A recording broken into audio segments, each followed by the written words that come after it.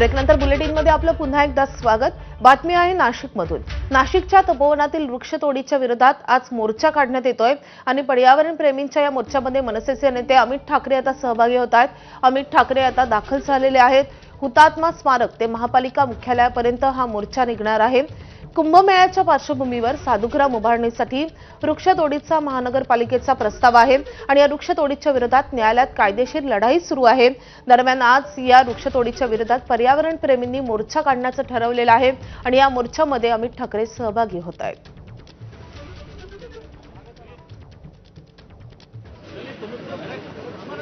आपले प्रतिनिधी मुकुल कुलकर्णी आपल्या सोबत आहेत। मुकुल, या मोर्चाचं नेमकं स्वरूप कसं असणार आहे आणि अमित ठाकरे यांची भूमिका देखील या मोर्चाच्या माध्यमातून समोर येणार आहे। खरं तर सर्व पक्षांनी याला विरोध केला होता आणि त्यानंतर अमित ठाकरे या मोर्चामध्ये स्वतः सहभागी होत आहेत। आपण बघतोय या मोर्चाला सुरुवात झालेली आहे। मनसेचे नेते अमित ठाकरे मोर्चामध्ये सहभागी झालेले आहेत।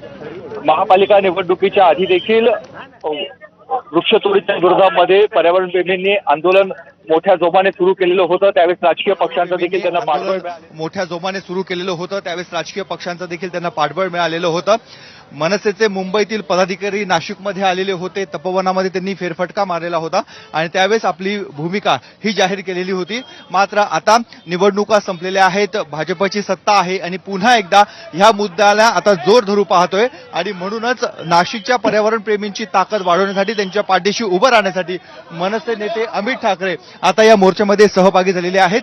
हुतात्मा स्मारक व सीबीएस परिसरातील हुतात्मा स्मारकापासून हा मोर्चा आता सुरू झालेला आहे। सीबीएस चौका मार्गे हा मोर्चा राजीव गांधी भवन इथे जाणार आहे। साधारणतः 15 मिनिटाचं हे पायी चालण्याचं अंतर आहे आणि अमित ठाकरे आता मोर्चेकरांसोबत निघालेले आहेत आणि मागच्या बाजूला आपण बघतोय की पर्यावरण प्रेमी वेगवेगळे निसर्ग वाचवा, ब्रह्मगिरी पर्वत वाचवा, साधुग्राम वाचवा अशा घोषणांचे टी शर्ट्स, बॅनर हातामध्ये घेऊन हे आता मोर्चामध्ये सहभागी झालेले आहेत। तर नाशिकच्या तपोवनाच्या वृक्षतोडीच्या विरोधात हा मोर्चा काढला जातोय आणि आता मनसे नेते अमित ठाकरे स्वतः या मोर्चामध्ये सहभागी झालेले आहेत। मुकुल, या मोर्चा संदर्भातले अपडेट तुमच्याकडून जाणून घेत राहू। सध्या धन्यवाद या माहितीसाठी।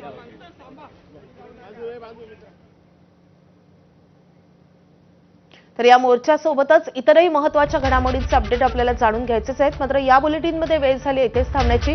थोड्याच वेळात पुढचे महत्त्वाचे अपडेट्स प्रज्ञा